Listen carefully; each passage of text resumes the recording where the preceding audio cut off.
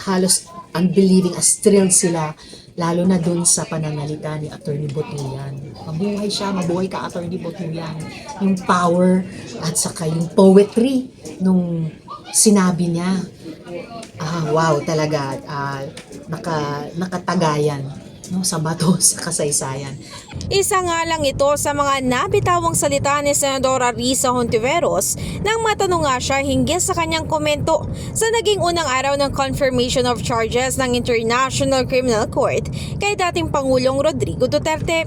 Ayon kay Hontiveros, may tuturing din daw na historic day ang araw na ito, lalo na sa mga pamilyang namatayan ng kanilang mga mahal sa buhay dahil nga sa pagiging biktima ng extrajudicial killings. Well, simula pa lang ito, yung ang confirmation hearings, 4 days.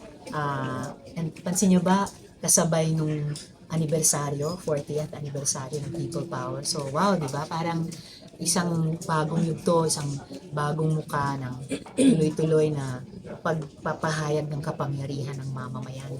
Ipinagdarasal naman ng senadora na magkakaroon ng makatotohanan at makatarungang desisyon ng ICC para sa mga pamilyang ito. Sa kabilang banda, tumanggi naman si Senador Robin Padilla na magpahayag pa ng kanyang komento tungkol dito bilang hindi niya raw ito pinanood.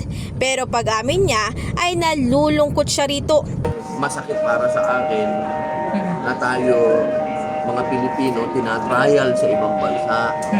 Yun ang aking makukomento. Pero dahil dyan sa sinabi na nabanggit sa TV, panonoodin ko.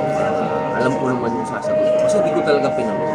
Samantala, bagamat kabilang nga si Senator Christopher Bongo sa mga pinangalan ng co-perpetrator ni Duterte sa war on drugs, ay tuloy pa rin ang kanyang pagpasok sa Senado. Sa trabaho lang. Unahin ko yung trabaho. Meron akong sinumpang tungkulin sila.